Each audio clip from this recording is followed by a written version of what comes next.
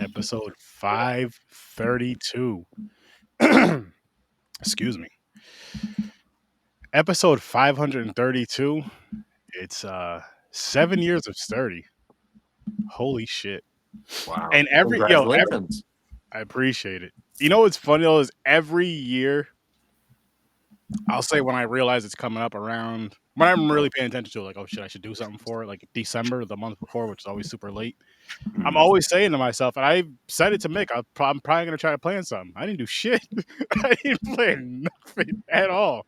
It's just one of them things because you know what it is? Like, I always want to plan something or have something fun done.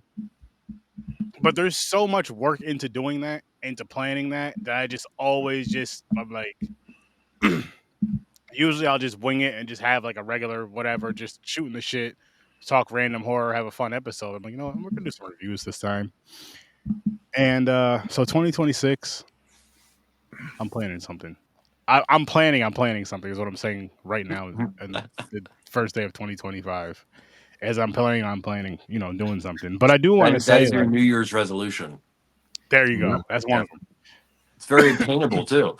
So it's super obtainable. It's super easy. Like I don't even have to do anything super crazy or super sophisticated or anything really, and it's all virtual. But we'll see what happens in a year from now.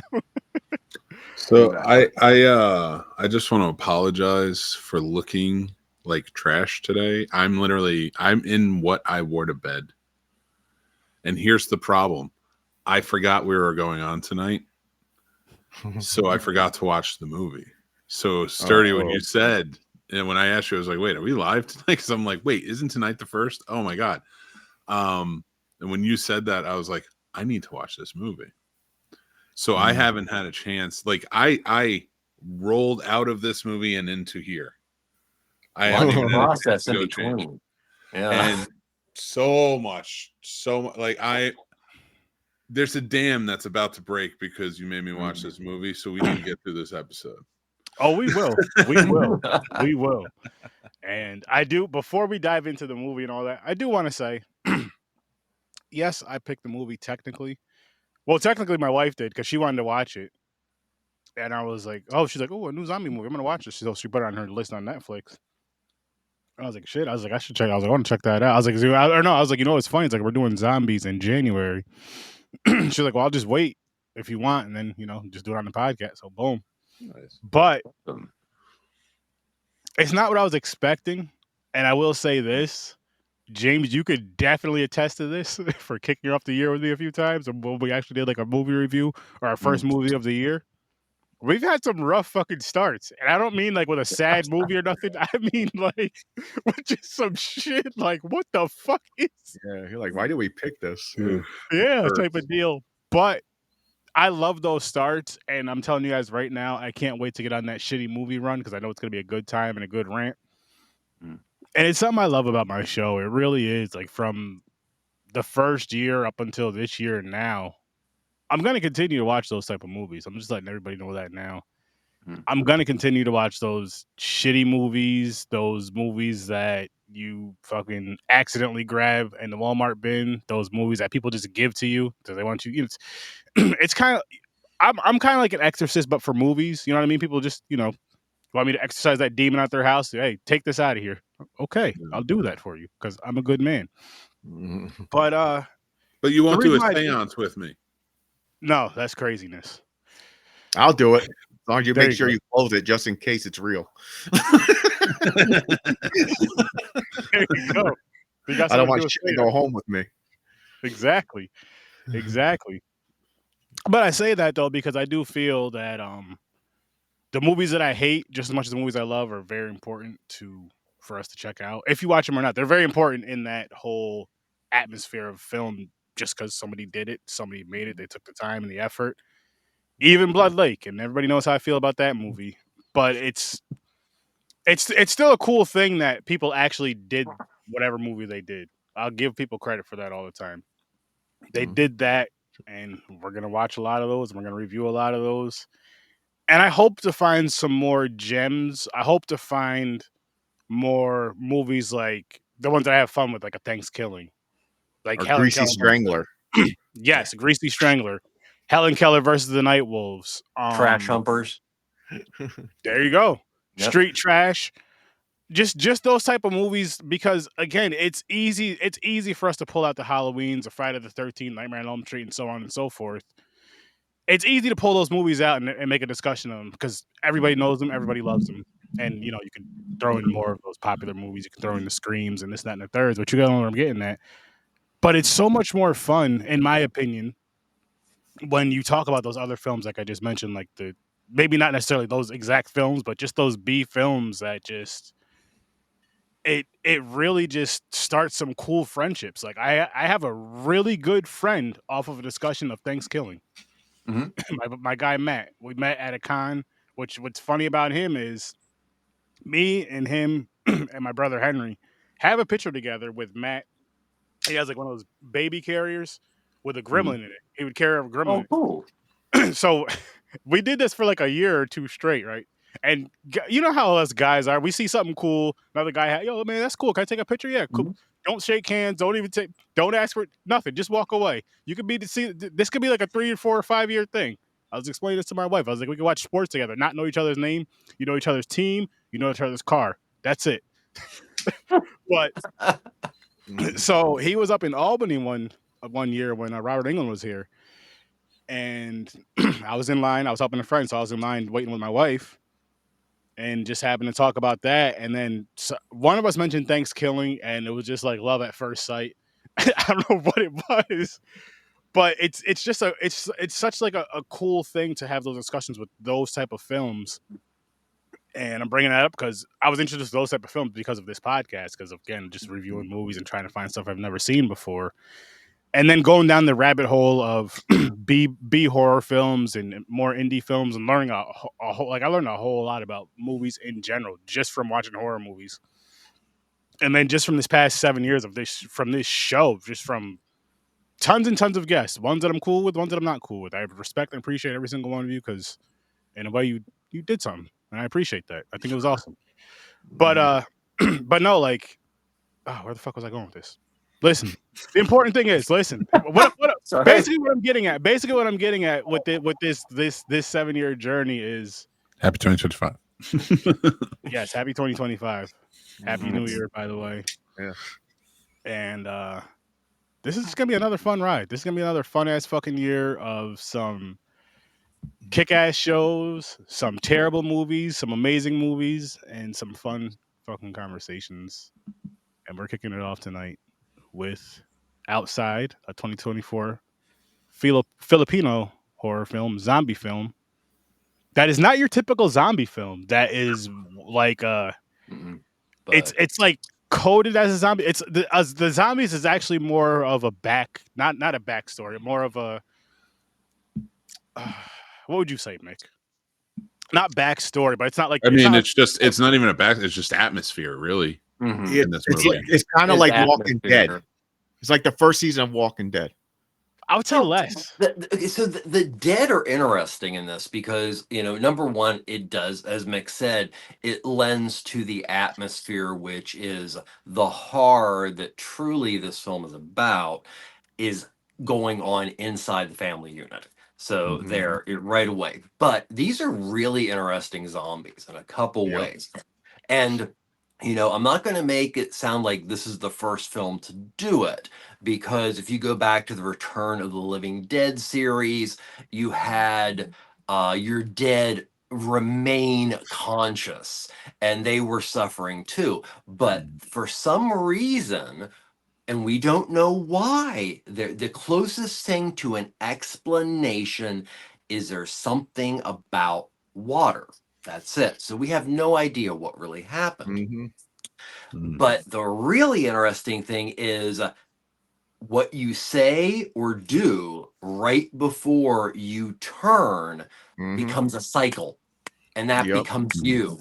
And then it starts building that there are some of these zombies that might be ones that have gotten to a point in which they will expire themselves, that you genuinely see what you think for the movie is just automatic repetition, is repetition that leads to a zombie putting his head down. Do it. And that level of that's a really frightening thing. Yeah.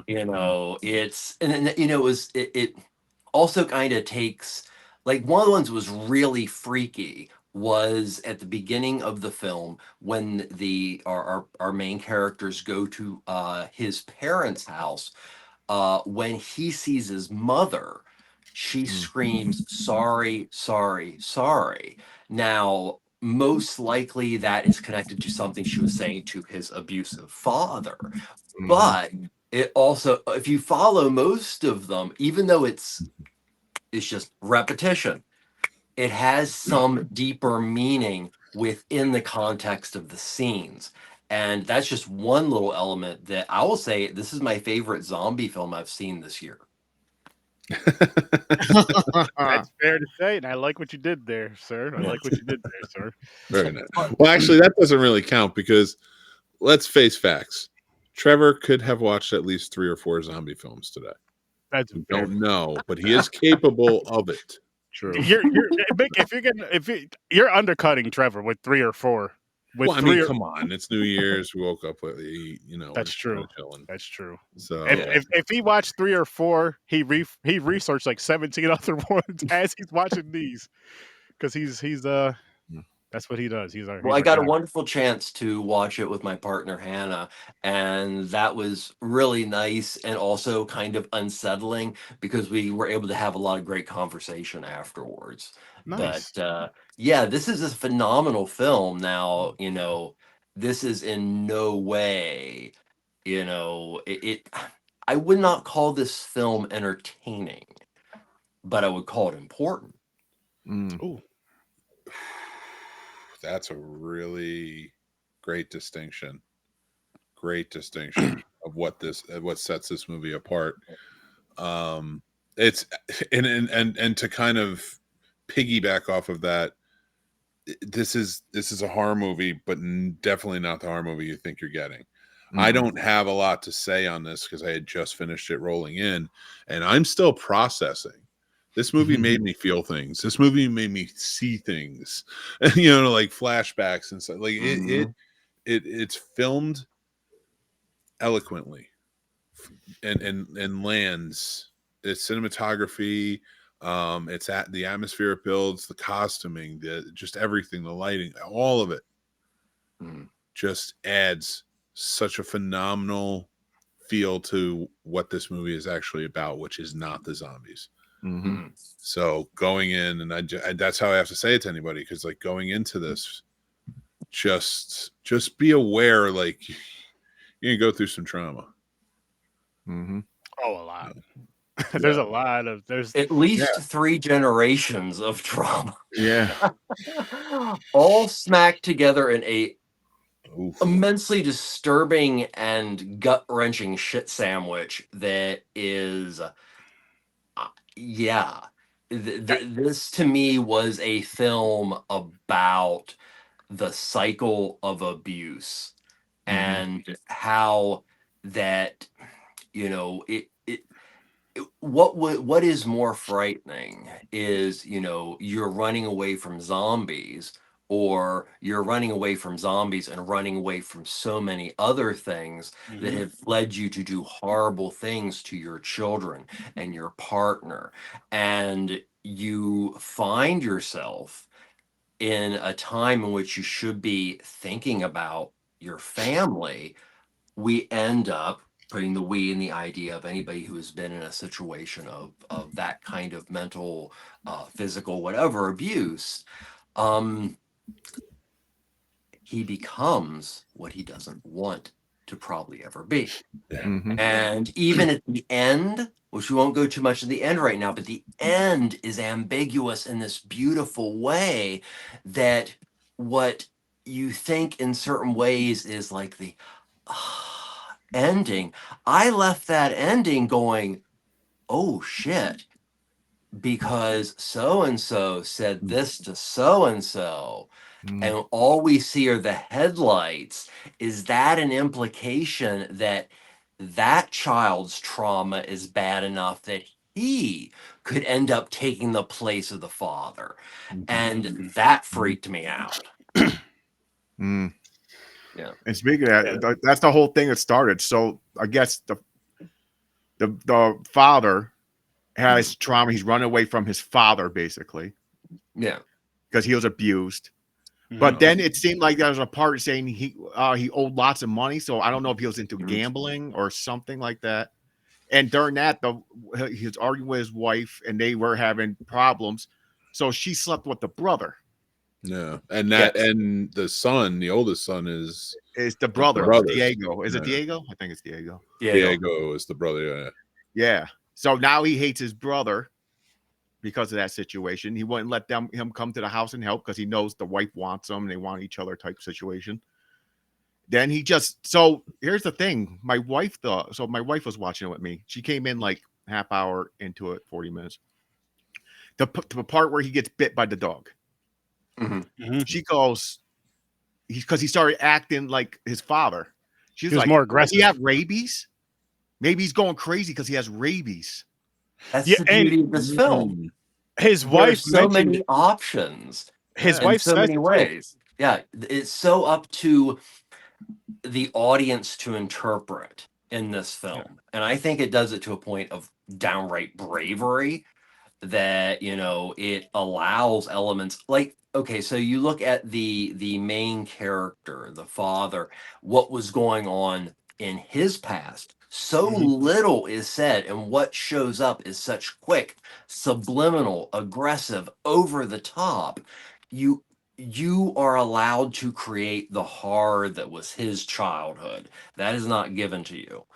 And I feel there's a lot of elements of this film that are not given to you. And that's important. Now, there is a scene in which it goes from being an extraordinarily good film to being one of the best character studies I've seen in many, many years. And that involves a dinner. And it's a dinner in which the father he's starting to turn into his father. He's just going all over. But the scene involves him spewing potential lies or making the other person in the marriage answer questions in front of their children to turn their children against them and give them the control that should never be in a relationship. That scene freaked me the fuck out because it was way too close to reality. A lot of this was. Yeah.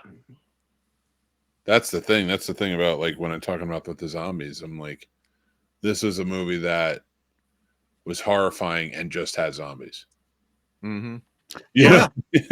That's my feelings on it. Like, you take the zombies out, it is still I'm sure it's still as intense. Yeah. Maybe even more intense because the zombies are kind of a distraction, would you say? Well, the only thing I'll say is adding the mother and him having to kill the mother. Oh, yeah. And that's where it lands the hardest because he had to be violent against his mother now.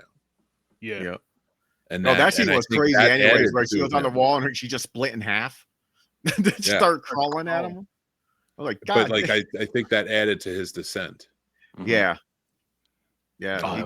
He just dropped because he had to kill his mother even though she was dead already. But that's still trauma. Sees his dad in bed, takes the watch, wears it, so he's becoming his dad. Let me start with the watch. Yeah, I was like, he's real. Like when he took the watch, I'm like, that's just why. I would personally, I would say he took that probably because it was a cherished gift, probably a cherished gift that was constantly shown to him that his brother was going to get when I die. So he probably took it. And also, yet again, in that scene, that weird thing is your brain is trying to figure out as the mother, sorry.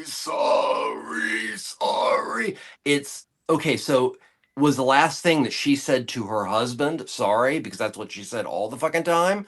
Or is that genuinely her saying I'm sorry? And does it make a difference because it's coming from your dead mother? What are you gonna think? You know, this That's film is so awesome on so many levels. That's a good one. Yeah, like she's saying sorry to him, letting him do that to him. Let the father do that letting to him him. abuse him, letting it happen. Yeah. What he Not probably But wanted it to could hear be all either his way. life is coming out of his dead mother's mouth. Taking it back to like the, you know, what I took from it with her coming at him saying sorry, sorry, sorry, and then him having to be violent against her. Again, like adding that level of like that's what he heard her say to his father before he hurt. You know, That's true. and now he has to become his father in this. Yeah, it's a so many layers. I like the flashes of his father too when he's in that room. He keeps seeing him on top of the stairs. Yeah, that was yelling at him. That was actually a like, pretty damn. cool, intense scene right there. Well, actually, before we get off to add to you, Mick, something that I thought this film did beautifully that I've seen very rarely. Honestly, I can't think of another film that really takes on multiple generational trauma and looks at it from a very truthful and uncomfortable manner that those people who have lived through trauma could at some point only understand based on how they were taught. Something that not a lot of people want to talk about, but which is a huge thing that needs to be fixed. The cycles need to break. And this is a film about that. It's a very uncomfortable family subject. And to add to it too, also the trauma, not just the generational trauma we're getting, but the trauma of like finding out a wife cheated on you and one of your sons isn't your, like that is a whole different type of marital trauma. And then you have like a whole bunch of you have the sibling trauma. You know, yes, there was always a wedge driven between them, but also like that's my wife, and like you're the father of my son. Like that is a trauma. That's on top of that. Like, yeah. One of the important things is to point out that the father and the mother are not innocent. They don't have issues in their history. Now, does that make anything right? No, but yeah, and that's, you know, yet again, something that happens is people find themselves in situations that unfortunately they want to get away from, but somehow it becomes a cycle. And you know, she was going to leave her kids to be with Diego. She wasn't. No, what Diego did, I thought Diego created that I thought that's what she said at the dinner table. What? Oh, I thought that's what she said at the table, because he said to her, like, he's like, you know, she was going to leave us. Yes, but let me explain it. So, as somebody who would want to take control of a situation, let's throw something out that is a partial truth, and let's do it in front of our children. And let's do it in a way that you force that person to answer. And you do it in a way of intimidation to the point that it builds and builds. You're allowed to do one of two things in your mind. That's kind of a fight or flight. Either you go like this, or she does what she did, which is, I want to leave you. It has nothing to do with the kids. And that was the scene. Yeah, that's true. Yeah.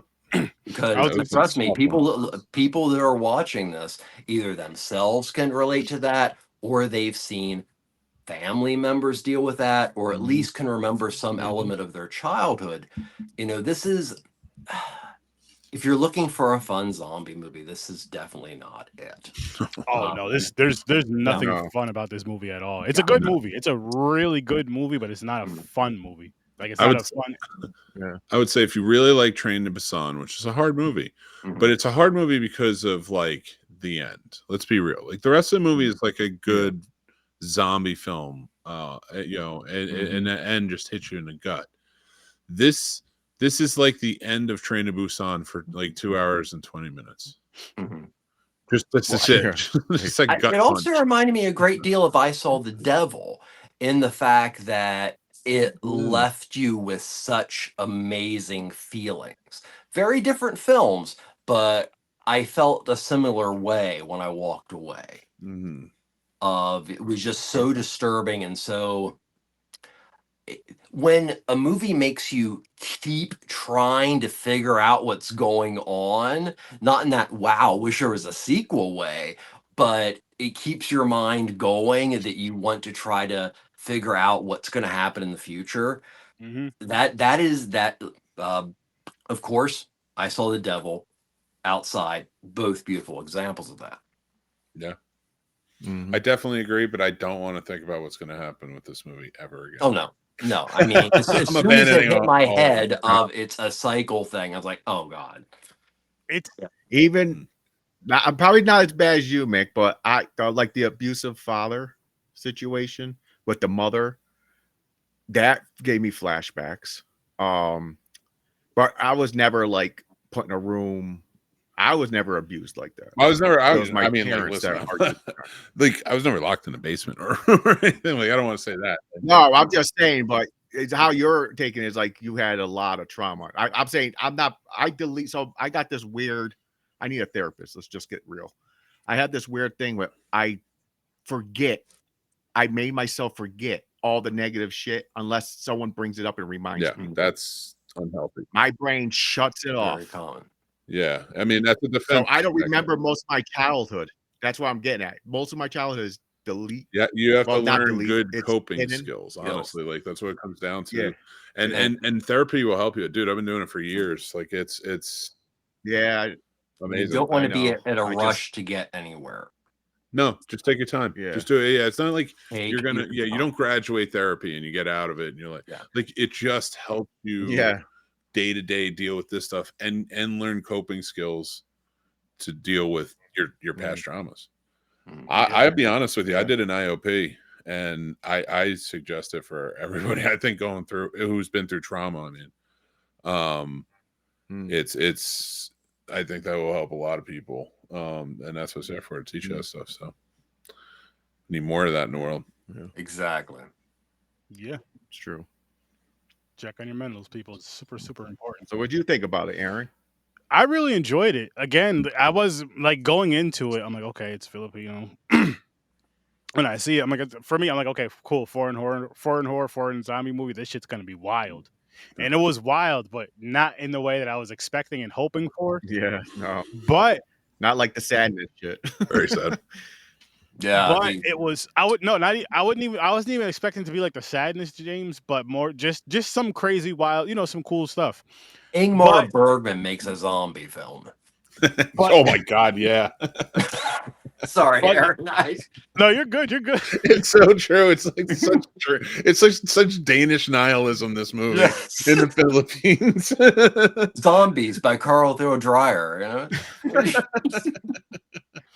But I could see the horror in it with the aspect of the zombies, and I mean, as far as like the isolation and being trapped, because it's just I can't imagine being in a household like that. Like I've seen things here and there, but not to that extent for myself. But as far as like being that abusive household to where the father's not only abusing the mother but also the kids, and it's like you can't just like in other situations, like in situations where people can't just get up and go, or it's hard for they get up and go. Like this situation, it's even harder to get up and go because it's like if I go out, there's fucking zombies out there. Like it's literally Exactly. It's They're literally trapped two you're ways. literally Yeah. trapped.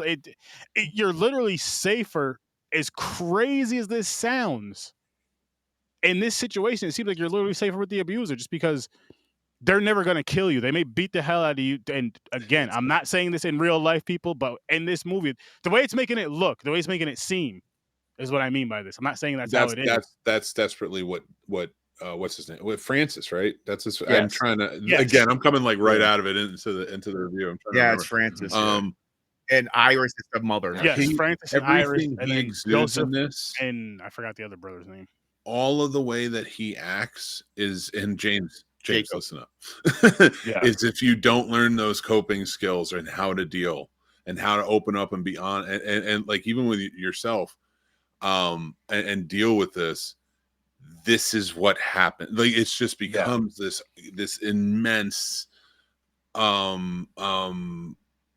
traumatic feeling that you just, and he's desperately trying to hold everything together, you know, and you can't, like, you can't. The best thing for them in that instance is to get away from him. He needs to be away from them. He can't. Those are the abusing is what's going to keep him from coping and getting away from it and learning. So that's, and the only way to break the cycle is to make a promise to yourself to break the cycle. That's why I've and never hit my the fact that it's a cycle, and it's very hard. I don't raise a hand to them. In fact, if I raise my voice, they laugh at me. Yeah. you mentioned about, why they, why he, makes the decisions he does or forces them to do whatever. I mean, of course, this is an extreme version here because the zombies are taken into effect, but fucker gaslights his family with zombies. Let's be honest. Yeah. Yeah, he does. Yeah. In the most traditional way. Yeah. He brought a That head manipulation back is such a, that's such an abusive trait that, to keep them like, like, and I mean, this is so, this is so familiar to even COVID for so many people, and like what information is real, and like, gaslighting themselves in certain instances and keeping themselves in, and let alone family if you're doing it to them, Yeah, the situation was so bad that there was times she wanted to deal with the zombies. Wow. She was like, I'd rather be out with the zombies than here. And that's crazy. It is, but I guess with the zombies is it's like you go out there, it's eventually gonna stop because you'll be gone. But with this, it's like but those zombies run, man. If it was a regular Walking Dead zombie, I'd be like, I'd rather deal with the zombie too. I'm leaving. You can just walk up to him and hit him in the head and keep going unless the's a horde. And that's what I love about this. Run at you I mean, they're not like 28-day later zombies. I mean, they kind of have a burst of energy and then kind of just. Yeah. Even alluding to them like dying out and that this is ending or coming to sort of an end. Or there's a foreseeable end, it seems. They allude to that. I'm not saying it's true, but like if you play to that, I think that adds to the idea of like, this is not a zombie movie. It's a horror movie about generational trauma and familial trauma. That's 100% what this is. Everything. It's not even like subtle. That's what they're showing you. I think they do it in such an excellent way, and adding the zombie element, even if you only add the zombie element to drive home the killing the mother and having to become the abuser, also the gaslighting the family, and that just all those manipulations thrown in. This movie at its core is showing everybody what happens if mental health goes unchecked. And one thing it does well too, and you mentioned a little bit there, Mick, is the film, even though it's so subtle and it seems so little, there is this little bit of element of optimism. And the thing is, that little tiny bit of optimism is sometimes the only thing people like survive on, because they feel they don't deserve anything more than that. And that was put in an extreme situation in this film. But understand that little tiny bit of optimism is a lot of people's lives. Yeah. What's crazy is oh, go ahead, Aaron. No, go ahead, James. Oh, I was just going to mention like one of the parts where like they want to get out so bad that the son was like, I'm leaving. And he looked like what, 14, something like that. And she was like, just give him a hug and just letting him go out in the zombie world. That's indicative wild. Of again trauma and knowing that her son lives with this abuser, and it's not even his son. Yeah. He's setting him free. That's what I was saying when I'm like, I'm not saying it's the perfect situation to go out in the world. It's a perfect representation of the world. There's dangers out there. We don't know what's going to happen, but you're safer than you are here because you're either going to die from it or you're going to become it. Mom, do the best thing for me. Let me go.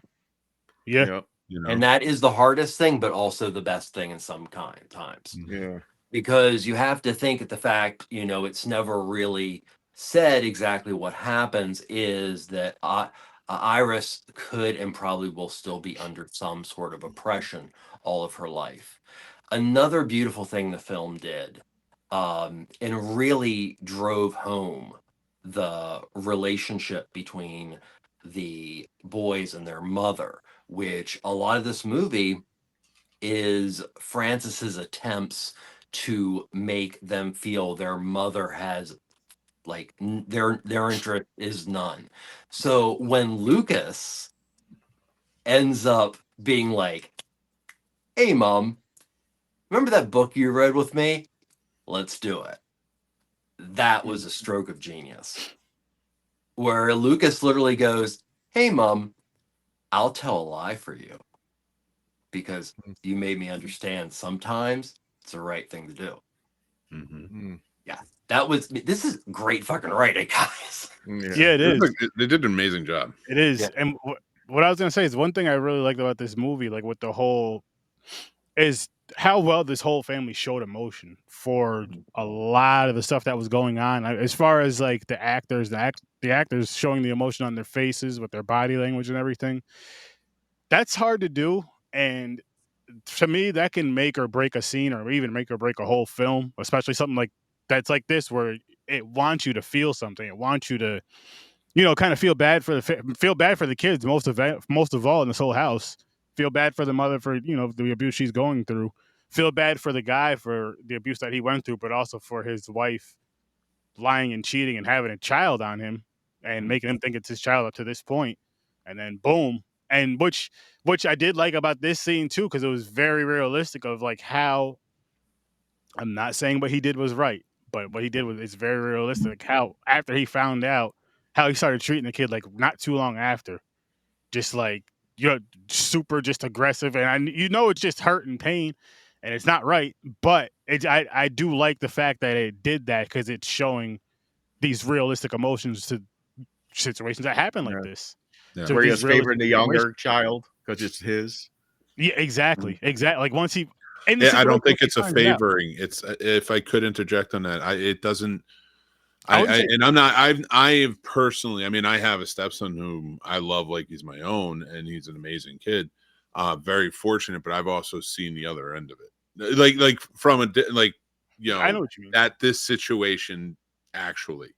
You know what I mean? Like, so having seen that, like that type of anger you see isn't so much about being more protective of what's yours. He's not even mad at that child in the moment. When he looks at that child, all he sees is everything he just discovered. And that's where it is. It's not even a rage. It's just trauma. It's just now new added trauma. And that's got to be directed somewhere if you're not coping with it. And it's at him because he can't help but see them now. Yo, just think about that though. Like for him, I'm just going just for him really quick. Like, so he hears that, and then his first thought is, okay, so my first child is not my first child. My first child is actually my brother's first child with my wife. And I'm finding this all out as we're going through things, of course, the whole everything else, and there's a zombie apocalypse going on. Like shit. There's no fixing that relationship.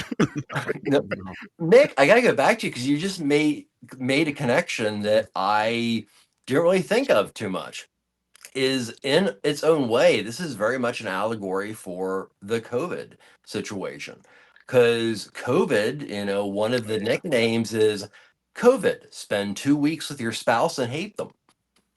I mean, so that isolation, you can't not. Of course, isolation, and we've just come from a pandemic is a thing, but how that pandemic changed so many people's lives based on their families. Yeah, to be able to make that allegory and, it's really good. And, something about a film is as you think about it more and more, you start pulling more meaning, or you start going, I want to rewatch that because I want to see, again. But what's really exciting for me, and I didn't do any research really on this one, is I'm really curious what this director has done and what this director is going to do. Yeah, that's very Mhm. fair. I will say to also with that is like it does. I think it does cover the atmosphere and the relationship base during COVID, but this also has a very good deal of like you can take away from knowing that abusers always tighten their grip. And that's really at the heart of this. Like, as what this comes down to is the abuser is trying to tighten his grip on this family, and it's just, man, it's hard. It's a hard one. And it takes you through the actual journey of that grip getting stronger, but the previous grip getting stronger. And yeah. He went so far where a soldier sitting there, he just kills him for no reason. Just hits him in the head with a hammer. I'm like, because he's a living document that proves him wrong. Oh my God. Yeah. Oh, I was like, oh my God, man. Yeah. He's got to kill that fucker. If he wants to keep his story straight, he's gone. Oh, crazy. He's tightening his grip, like down to that bit, it's a man. I like how they showed their levels. Like it started off like minor gaslighting abuse. Then it started like, let's lock you in, making up a story, boarding up the doors, chains. Then the final straw is throw you in the basement, like where he was, where his father threw him in, and go there, kill the dog, and eat, and trying to make them eat the dog. They didn't trust like what the hell, don't eat that. Where'd you get meat from? And shit like that. It's like in her head it could have been the soldier. She didn't know it was the dog. That's the thing. What was the last straw even was Lucas. Lucas was the violence against the child. Like, okay, I can't, she can't be had by anybody, at this point, like either of them. Diego's now back, and Lucas is the one. The child is the one that gets the brunt of all of this violence and this abuse. And he is, and then also playing out, and then you have other children who are going to have to pick up the mantle and take over if you're not there. And who are they going to be? And like, it just ended on such a, God damn it, man. Speaking of the ending, that's how I had to start off 2025. Speaking of the ending, it was crazy. I feel like we should get some like telephone numbers and stuff at the end of this. That was the kind of movie it was, Yeah. It was just crazy how they had Diego be the one that comes back and almost gets the mother, but bites the son. That's not his. I was like, Jesus Christ. I was like, you had him come back as the zombie to be the one that is attacking him. No. At the end, I was like, wow. It's the perfect example. The son that got it the hardest is going to probably either walk away from it and be lucky the father. Yeah. Well, you got one or two. In this, they show you the worst case of it. He's going to, probably become an abusive force as well, or you can get away from it. I'd like to think I'm living proof of that. To the point where you're not abusive. You don't pay it. You don't pay it forward in any way because it's not worth it. This handles it in such a way where it shines a light that, when you get to it, it had to be. He was the hardest on him. Joshua got it the hardest. And he was the one, because of that, he was most likely, like Francis instead of Diego, the one that's going to become the abusive one. And that's why he had to be the one at the end. And Lucas was one who was bit. They had to drive the point home. It always, the youngest always get the brunt of the violence and or the kids. Yeah. But Joshua coming back and keeping that cycle going, maybe, of course it is open. And we don't know, because it did end up. I was like, what's going on? Okay. I was like, they're not telling you if the kids survive. I thought he was going to die in her arms and turn, but they made it seem like you only can turn if you get bit, not just by dying. Am I right? Did we give ratings for this? Not yet, but we will. We didn't get ratings yet. No, we will. Because I haven't thought of mine yet. So I'm like, I'll tell you, let's start thinking of them. I got to put it together. I had mine already. Great conversation. Keep the convo going, gentlemen. Keep the convo going. I'm loving this. But then she had to chop his arm off. That is, oh man, kid. That was She's like, here, bite down on this and look that way, and it wasn't one chop. She had to hit that multiple times. I'm like, oh no. And the fact that she had to do that, which also sort of like parallels him having to kill his father or his mother, I mean, as the zombie, but to save her son, she had to put violence on him. Where the father is sitting there against the wall, just staring, like she has to live. And with he that snaps out of it. He's like, "Oh life, fuck, he do need help, so let me go get the van." Festival of the Living Dead. Which one's this? Festival of the Living Dead. I never heard of this. I've never heard of it. Who added this one? This guy right here. Aaron. Sturdy Bird. Sturdy Bird. I have some. I'm not gonna say high hopes, but I'll say this: it's not gonna be terrible. That's my thing. It's a zombie movie. I don't think it's gonna be a masterpiece type situation like this one. No, it's not gonna have like a deep story like this. Absolutely not. But I don't think it's gonna be terrible. It might be a regular zombie movie. I don't know. When I say regular, you know what I'm saying? Like, the original, like, typical. I think it'll be maybe what I was expecting from this, as far as not as extreme, because this is a foreign one, but you know what I mean. From what you're saying, typical fun zombie. Speaking of picking the movies, I was going to be an asshole and put Warm Bodies. It's a zombie that falls in love with the human, right? I want to see that movie. Like I just can't remember the exact thing. I think if he gets to a new, like, a heart, he could turn human again or some shit. That's what the theory was, that they're thinking. But they were like in love. It was weird. It was a weird movie. I was like, no, I won't do this to Aaron. I was like, I'm going to pick something that I never seen. Listen. We would have threw it on there and reviewed it. No, I know we would have threw it on there. I know. You know how we roll with this, man. I'm not gonna. Which there's some fun themes coming up this year. I know in March for Women's Month we are doing a versus. We are doing because I forgot February. No, I didn't. February's found footage. February's found footage horror films. So gentlemen, each pick a horror of your favorite found footage horror film. Oh, I got a list already. As long as we didn't review it, just to everybody give their picks. I got a list from grab your picks. TikTok guy. He said found footage movies you need to watch, and I wrote them down. Nice. That's one of my favorite subgenres of horror. But in March for women's horror, this is going to be a 2-month thing. We're doing Underworld versus Resident Evil. So I've never seen the Resident Evil films. I've been told the first of both. I've been like kind of wanting to watch them, but also like just from hearing I'll just speak from my brother Henry about how, because he's someone who's played all the games and is like a diehard Resident Evil fan as far as the games go, and then watched the movies and told me how the movies were. So I'm just like, do I want to watch them?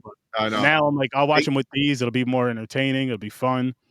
They get kind of ridiculous on and on, keep going. Like the last one I seen was when she started getting psychic powers. I was like, I the haven't fuck seen is any going of on? Wow.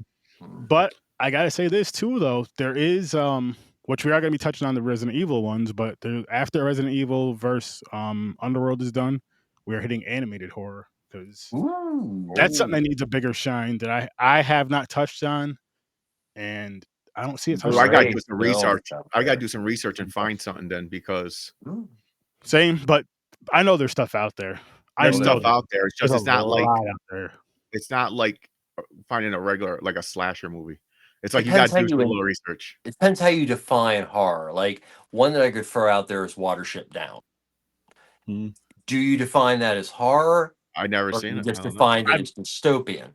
Is it a dystopian horror film done through animals, like Orwell's Animal Farm? Kinda. It's a horror movie, but it's animated. So okay, interesting. Yeah, I've never seen it, but it's just.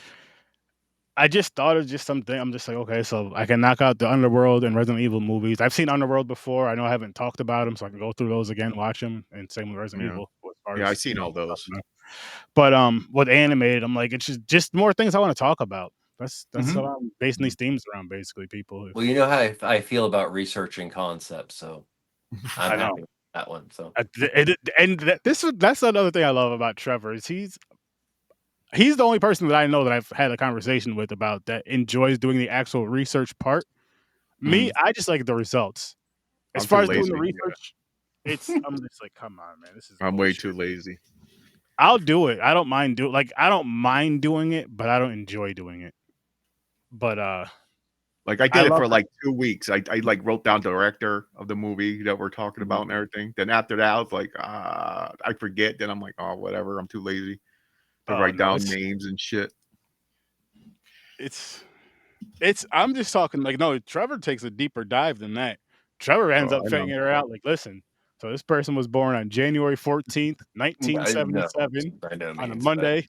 It was raining. Like I love his research. I know. I love and appreciate his research. And I'm the gonna tell you director guys did right these now, 5 movies. He did a short when he was in college. I'm like, God damn. And like, yeah, we're cracking jokes and stuff, but it's all out of like a love and appreciation because it's so awesome how much research this man does for one. Well, I mean, we're talking multiple films, but just like we're talking about one film, he'll watch it 7,000 times, do whatever he does for his magic research. I don't know what he does, but he does some Trevor stuff. It's magic research. Do you not go on Google? Yeah. Well, I mean, I'm more ashamed of you, Sturdy. I want to thank you for, acknowledging that. And I say that because of the film that we watched tonight. And in some cases, we are in relationships of people who are supposed to love us that attempt over long periods of time to convince us that we are nothing.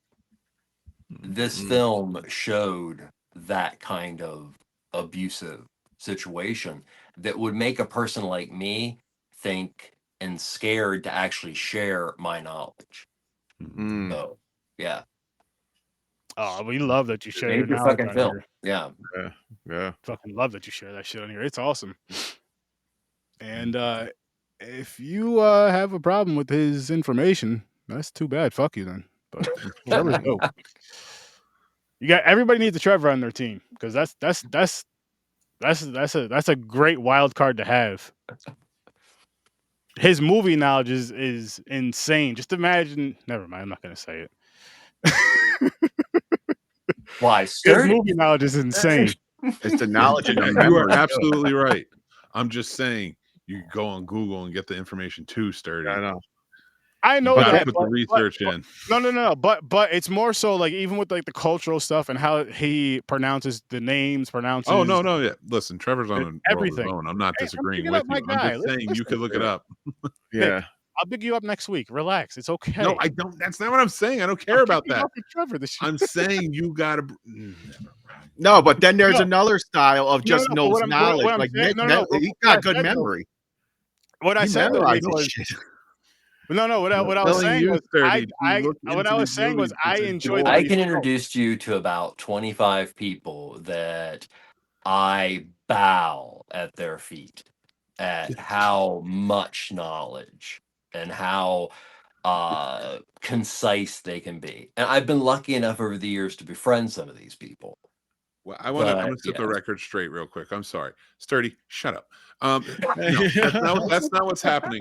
Like what I'm talking about is, and I'm glad you brought that up, Trevor, because in college it was always the same shit. In film school, on film sets, it was always the same shit. Oh, I've done this. Oh, I knew this. It's like we are film geeks, we're cinephiles. Exactly. What I'm saying is, Google's out there. Sturdy, take the deep dives, enjoy it. Go hard into these movies, and it will lead you to salvation because you got Google. It's there. You can find. Don't get me wrong. Don't have Trevor on and say it too. There's a weirder thing and a weirder thing and a weirder. Yeah, you're gonna go on.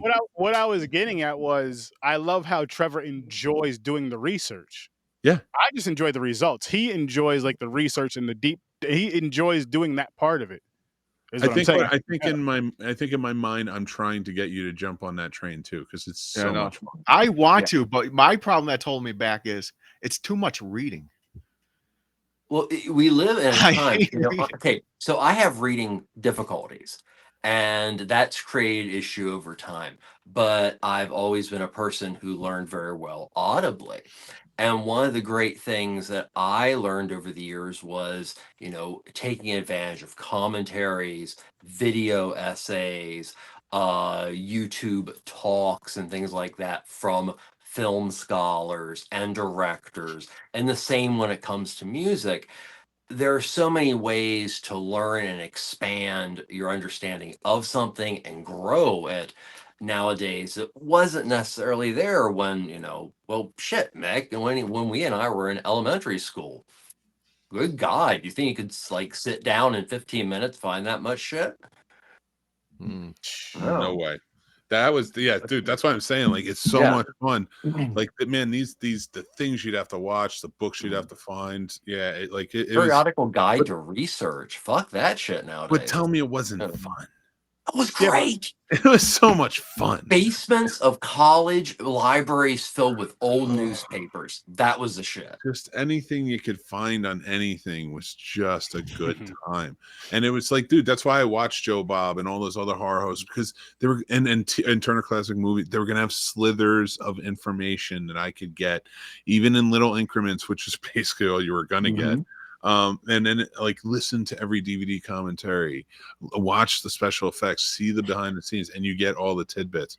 It is so much fun. And now, one other thing, James, I do want to point this out. I don't know if this is true. I don't. You got to find this out through your own therapy. But I did find out during my journey in therapy that I used to be a very avid reader. I also used to be a writer professionally, and I stopped doing these things. And a lot of it was coming down to I was not coping in any way, shape, or form. That my defenses were always up. My instincts were always to keep them up at all times. I couldn't focus on anything, let alone words. Since I started dealing and coping and doing more creative things, I am writing again. I am drawing. I'm doing all those great things, painting. But number one, you know what I'm doing. Fucking, I'm back to it. Like I'm reading all the time. Like I'm always trying to read. And I never thought that way. I didn't think something like that could be a reason why I don't want to read and everything, because I got my defenses and shit up, and that's what I'm focusing on. And it's easier to focus on TV because it's just like, yeah, you're right. It is. It's a distraction, and that's a coping skill. Yeah, but it's not one that you want for longevity. Yeah, you want the other coping skills that will help you heal, because you also got to get forgiveness down and things like that, and guilt. What do you feel of like audios, like audio books and pods and all that stuff, as far as for information and all that? It's again, but it's for information. I never did for information. I did it for like entertainment more so. I'd rather watch. So at work, it was easy to listen to the audiobook when we started doing that. I listened to Cujo and shit and Dr. Sleep, I think it was. But at home, I couldn't put those sit on the couch and just listen to an audiobook where there's a TV right in front of me. Yes, I used to be able to, and then I couldn't for the longest time. And since I've been coping and working on things and going to therapy and such, and I found where I can write again, I can do all these things. Okay. That's another thing I can do. I can sit down, put on an album, and just sit and relax and listen, or an audiobook or something. I was listening to the Federalist Papers earlier because I just wanted to listen to them, and I've read them when I was younger, but I wanted to listen to them again because I'm not reading them. That there is a boring factor to some things. I mean, so it is nice to listen to, but yeah, like now I find I have that focus to be able to do it while I'm working. Well, I have to say, Mick, I mean, what you brought up and everything to James is beautiful, but the past 6 years that I've known you, you've been an inspiration because you've shared a lot of stuff with me, and you also understand that, me doing Sturdy's show this many times and this consistency is helped me so much with a lot of things that I still grapple with, insecurities, a lot of which came from a situation like being with Francis. So I want to thank you for that. And you are a huge inspiration for me to attempt to continue going further. And yeah, and Sturdy and James, I wouldn't be here and doing this kind of stuff if you didn't encourage me. So I'm happy as hell you're here, Glad man. you're I'm happy that you take the time to not only watch the movie, but take the time to come on here and talk about the movie and open up to not only us, but the people watching, because I'm sure it helps some people that are watching that are going through some of the things that we're all going through. And it's just like, and hearing it from men is a big thing. And hearing from men of different backgrounds, different races, and all other stuff is a big thing, because oh yeah, we're opening up a little bit on a horror podcast, which is dope. Like, it's a fun way to kind of share some fun stuff. Share some stuff about yourself, open up, and help others, as well as, of course, talk about the fun stuff with the horror. And you know, it's a cool journey. And I would like to say too, and and talking, three points, and I'll shut the fuck up. But in fairness, I shut the fuck up in the beginning because I really didn't know what to say. I just finished the movie. One, Sturdy was 100% right about Trevor, and I didn't mean to cut that off or say that wasn't true. I was just saying I was trying to more encourage Sturdy, but whatever, Sturdy. No, I research. I just don't enjoy it like he does. That's all I'm saying. Oh no, I know, and it's fine. Two, James. We were talking about Lucas when he gets bit, and like how that's violence always begets the young. And then we talked about Joshua and what he might turn into. And I'm sure you know this, but I want to say it out for anybody who may be watching and listening. Violence will get that child, that abused child. I just got to a point where I was like, okay, I got into fights when I was younger, and like got into those rumbles and things like that. And it wasn't, it was dumb and it was violent. And that's how I guess dealt with things. I'm not encouraging that or saying that was the right way. Go get help mentally. I just thankfully never carried it into my marriage or into being a parent, which was always a promise I made to myself anyway. So I'm glad that never happened. But go get the help you need. That's I think I said on the pod before, or Popcorn and Pints, that's what's crazy about it. That's one thing I didn't pull from my past. When my father was abusive at the time, I tried to stay away from it myself. Like, I didn't want to become him type situation. So I stopped partying like crazy because I didn't want to become like alcoholic. That's most of my family. So I have alcohol here and there.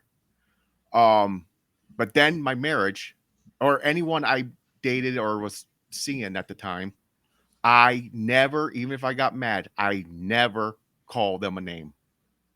Not bitch. That's good. Jerk, that's good. That's very good. Respect for women. That was always a big thing for me too. Yeah, listen, it is. Don't get me wrong. My wife will call me an ass sometimes. I do want to point out one other thing about Joshua too, because in this, he sort of becomes the role of a stepchild, and I want to point this out as a stepfather. And it is very important to me to spread this awareness.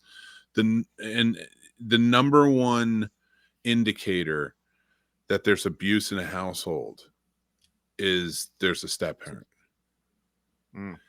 And there's got to, in seeing this today and seeing like how that was, Joshua became immediately almost like a stepchild in that instance, and like how he was being treated.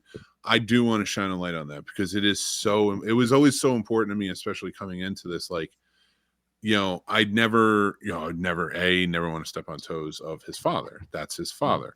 I always want to respect his stepmother because that's his stepmother, their family unit. No matter what we all think or feel about each other, we are the family unit for him. And stepping into that, it was always important to me because I was like, you just like, I want to at least be that step role, that parent who's going to come in and be there whenever he needs me. Because I do realize that indicator. So, and I want to push that to anybody who may be ever taking on step roles or step parents. It is so important that you treat that child with love, respect, and in no way, shape, or form different. Oh, because they may not be your blood. You would, and to drive the point home, would you treat your best friend who's not blood that way? Then don't treat your stepchildren that way. Damn right. Yeah. No. That's a good way to put it, actually. That's a pretty good way to put it. Excellent. Yeah.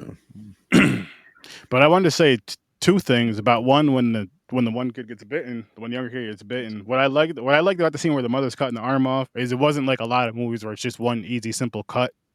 It was multiple cuts, so it was more so, of course, the kid going through the physical pain, the mother going through the emotional pain of seeing, and then the mother going through the traumatic pain, the emotional, like all the stuff she's going through, especially even more so the blood splashing back on her face as she's cutting her child's arm off to save his life, which sounds wild, but that's what she's doing.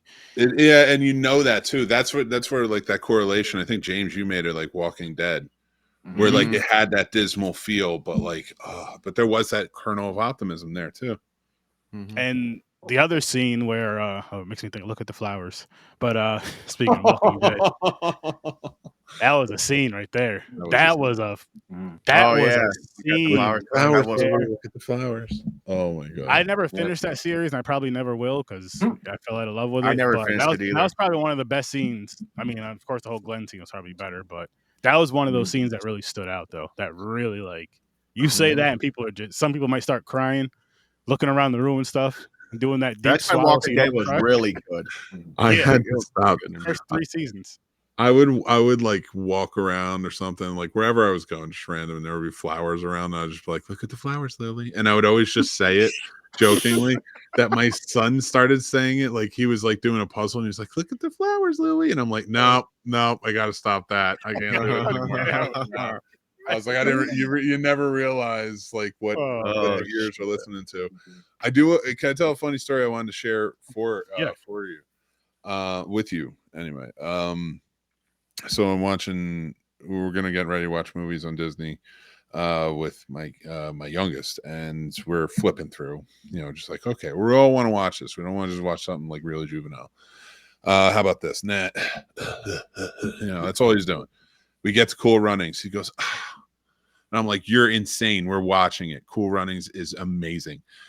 And let me tell you, he was so intently watching this movie that when they qualified, he goes, yes. I was like, yes. I was like, that's what Cool Runnings does. So go out and watch Cool Runnings today. It's amazing. That's funny you mentioned that. I don't know if you were on before. I was talking to them about Nosferatu, and I know we have some interesting back and forth on that movie, which will hold. But I saw that movie with my daughter, and my daughter left that film for the last week. She's been obsessed with Nosferatu. She's already a metalhead. I think I got to experience one of my children's gateway into horror. That is pretty amazing. freaking awesome. So I do have different thoughts though, because I watched it a second time. I needed to. So like it has sort. I still hate that mustache. I'll leave it at that. That was a strange decision, but I was. He looked like Stash rides with Nosferatu. He looked like Freddie Mercury played Kurgan in Highlander. Oh shit! Holy shit! I swear to God, that's what he looked like to me. I like the movie, and and Bill Skarsgård's a good actor, so like there are great interactions and such. The only thing I was acting wise, the only thing I would like kind of maybe say is like Lily Rose Depp. She was clearly out of her weight class in terms of all the actors she was surrounded by, but she did a good job. Like she was, you know, she did like I just like didn't think she was quite ready for this. You know, and as I'm watching, I'm like, I wish like an Emma Stone or somebody was in something like this, who has that gravitas that can really sell where we're at with this, you know. So that's just me. But other than that, great. Eggers. I have to check it out. I have to check it out. Yeah, definitely. Yeah, I want to watch that and the werewolves movie. I seen that. It's a fun one. Yeah, interesting take on that one. How they become werewolves. I was explaining to them. I saw it too. It's Yeah. interesting. I do like it. I had a buddy. I don't want to tell the story because it was his story idea, and I don't know if he ever did anything with it. But it was a cool werewolf idea that was in the same vein of what they did in this movie in terms of like how they change. But it wasn't like a yearly purge thing. It was much different approach. Gotcha. I'm real interested in seeing this. This Yeah, that's sounds what I'm like crazy. fun. It's like they mixed it with Fun the one. purge. It's kind of crazy. Oh, let's Werewolves look cool too.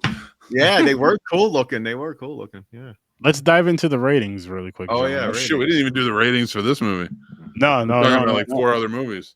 But James, you want to kick it off for us, good sir? Go with I enjoyed it.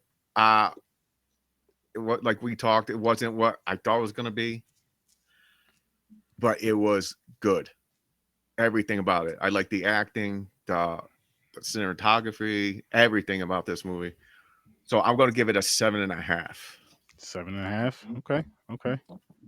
Trevor, how about you, good sir? Well, I never thought I'd live to see something that was a mixture of Ingmar Bergman's Scenes from a Marriage, maybe a Cassavetes film or two, and Day of the Dead. And I give it a 9.5.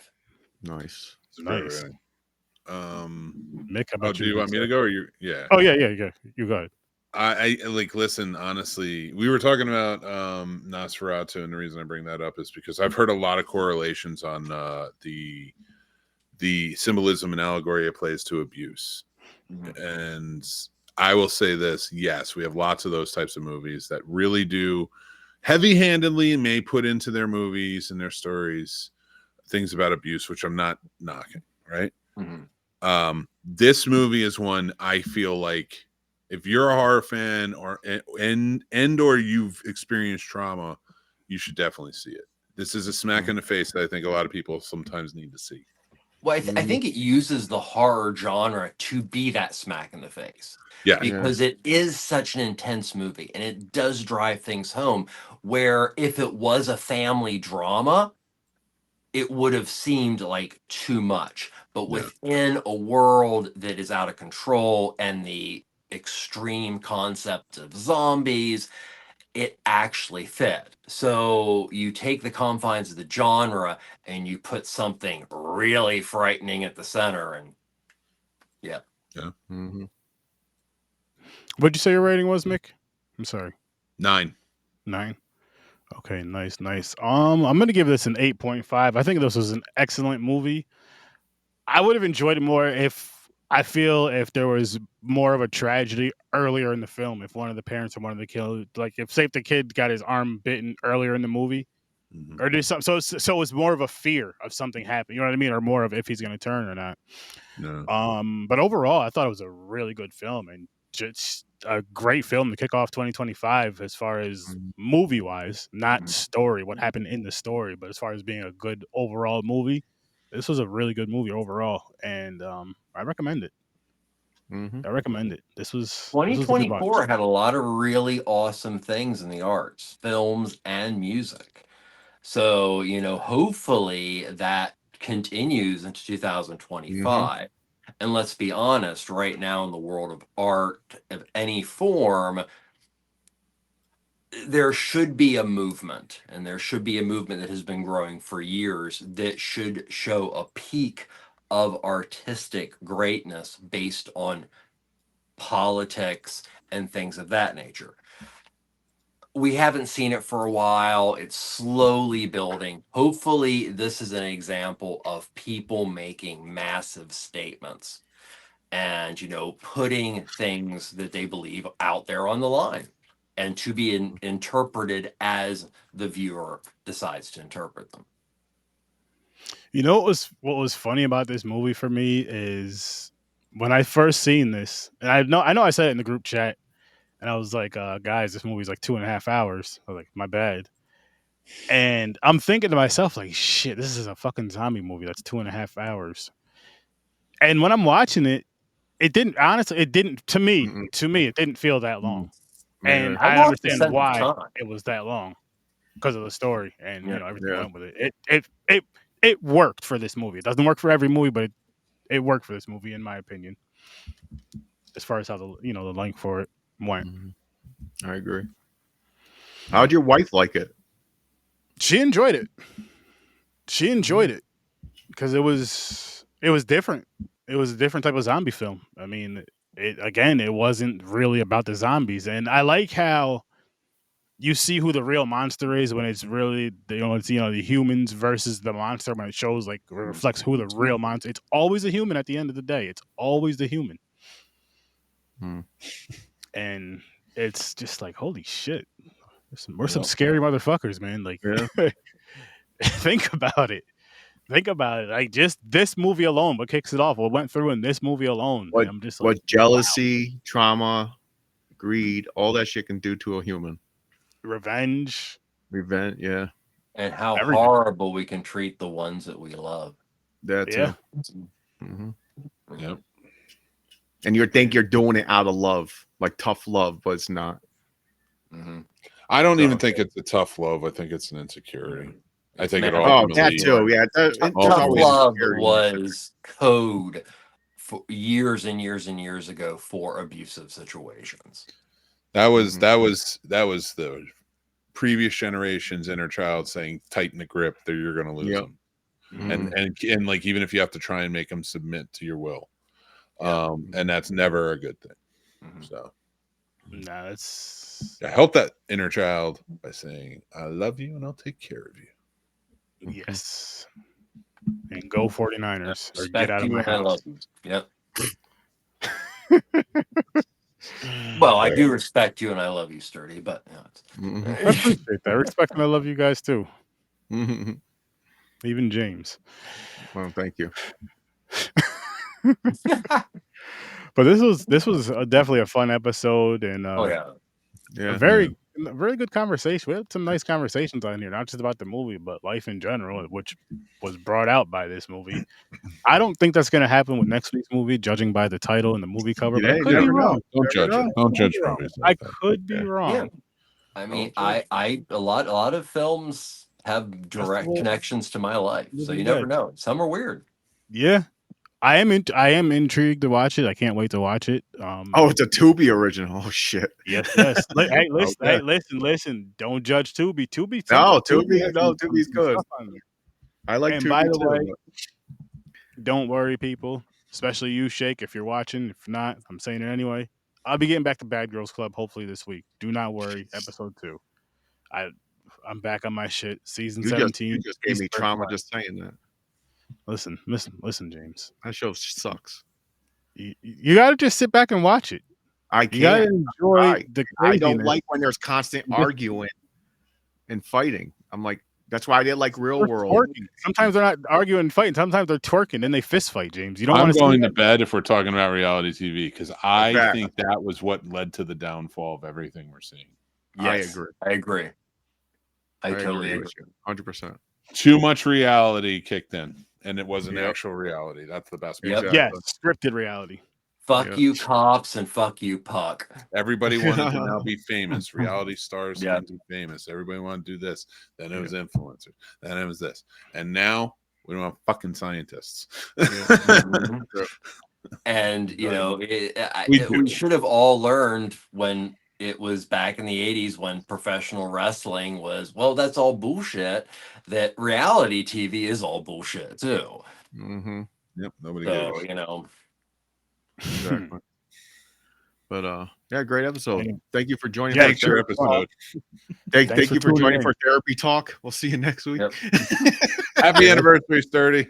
Yeah, happy anniversary. Appreciate it. That's what you get in 7 years. And really quick, what's funny is my very first episode was called Zombie Boners, and it was with my brother Henry. Oh, look at that. And we're kicking it off this year talking about zombies. I'm assuming we were talking about zombies in that, but you went with literally the most ridiculous zombie movie you could in your first episode ever. To literally, you've evolved to talking about mental health for almost an hour and a half because of a zombie movie. That's 7 years. Pretty awesome. Go. Listen. People, you want growth? Start with episode of Horror Search 30. Zombie Boners. Episode 532. That's a lot of growth. That's a lot of experience. That's a lot of maturity. It's a lot of nonsense and bullshit too. I'm not gonna lie to you, but a lot of growth, a lot of a lot of laughter, Mhm. a lot of time. Tune in every week, 8 o'clock Eastern time, Thursdays live. Just saying, audios will drop. I'm gonna try to start getting them out the day after. I'm gonna try, but listen, go check out everybody's stuff on here. Go check out the Scene Snobs and making the Scene Snobs, which I will be making an appearance about once a month over there. So Awesome. definitely go hop on over there. Ambassador Radio. Thank you. I know Trevor's on a hiatus, but he's gonna come back and he's gonna come back strong. So be on the lookout for that. Of course, James over there with Popcorn and Pints. We'll be back on the 11th with some Bond, James Bond, that is. James Bond Jr. Yeah. We are doing We're gonna those do the whole franchises. thing. Yes. So Trevor, if you're available Saturdays, All of 9 o'clock Eastern time, we're doing the whole franchise. We're doing 2 movies at a time, and we're doing them in chronological. So like the orders that they came out, doing 2 And- at a time every Saturday, starting the 11th. If you Huh. want to join us, you're more than welcome to, my friend. I might, if you want to go real deep into some James Bond, I might hook you up with a friend of mine. Ooh, Yeah. Oh, that'd be nice. Mr. John Arminio is everything about James Bond, including the novels. He is like obsessed. He's appeared on the Man. Pink Smoke and stuff like that, talking about it. That's awesome. He's my Bond guy. So That's awesome. See, listen, Yeah. you see this? He has a Bond guy. I don't even have that. well, he's a guy for a lot of things. So, See, yeah. this is why I say everybody needs a Trevor. It's like a utility knife. Just has boom, everything. Crazy movie, Bond guy. I have a Doctor Who family. See? My wife's aunt, uncle, and his daughter. Their Tom daughter Baker. loves Doctor Who Nice. You see this? and Star Trek, of course. They're Trekkies too. Yeah. Appreciate you, But Mick Jay. is the main Trek. Appreciate you, Jay. And Doctor Who. I have the Mick is TARDIS the- tattooed on my arm. Yep. Oh, Nice. nice. I didn't know you had knowledge on Doctor Who. Oh yeah, I I've didn't seen know. them. I used to But you watch never- Classic Who too, and I went back and revisited a ton of them. Oh, you never. So every time we go there for Christmas Eve and everything, like I watched since I met my wife every Christmas special Oh yeah. that comes out every year. Nice. My wedding was Doctor Who themed, Oh wow. That's and awesome. it had nothing to do with me. My Wow. wife loves it, so she wanted to have a Doctor Who theme on it. Oh, cool. That's So awesome. we both had geeky marriage things because I was married on the bridge of the USS Enterprise. Damn. Yeah. Oh my goodness. Geek That's awesome. power. Wow. I love it. That is amazing. And I thought my wife's but Lego was crazy. We had a Lego cake. That's It was awesome. That's edible. awesome. They made the pieces. Yeah, my her brother made the cake, That's and dope. That's really cool. he made it look like it was collapsing with Legos, Uh-huh. and each piece was made like candy. You can eat it. He molded the That's Lego awesome. pieces of chocolate. Very cool. Yeah, it was pretty Very cool. cool. Phenomenal. I might have a picture somewhere. I'll show it to you guys. Yeah, hell yeah. Because I believe we took a picture of it beforehand and after, like during Yeah. the wedding. I think we had. That's awesome. too. Yeah, it's pretty That's cool. awesome. But damn, what an episode. Yeah, one for talking about zombie boners to Yeah. mental health in 70. That's growth. And More ways don't than get it one. wrong. We'll probably end up talking about zombie Oh, boners again at of some course. point. Probably next week. Because we're, the immaturity will come out. All it takes is But I do want to point out its counterpart, Zombievers. So, you want to Yep. compare and Zombie contrast beavers, seen the it. boners and the beavers. boners and beavers. Yep, I've seen it. I've seen Zombievers. Oh man, I can't wait. I can already tell this is gonna be a fun ass year of content podcasting, and Mm. I'm here Dope. for it. I'm here for it. Oh, and I did it, guys. I went a full episode without saying something crazy. All right, Boom. let's Kicking off end 2025. it now. I have to go to the bathroom, and that's a Yeah. threat. That's a Kicking threat. off 2025 right is what we're doing. I'm trying to be a good boy He's this being year. good. He's being a better man this year. We're out of here though. Appreciate you all. Happy 7 years to Sturdy. I gotta say it. Happy I know it's 7. the third person, whatever. But this is a fun journey, and it's gonna continue. I'll see you in your nightmares. Peace. Peace.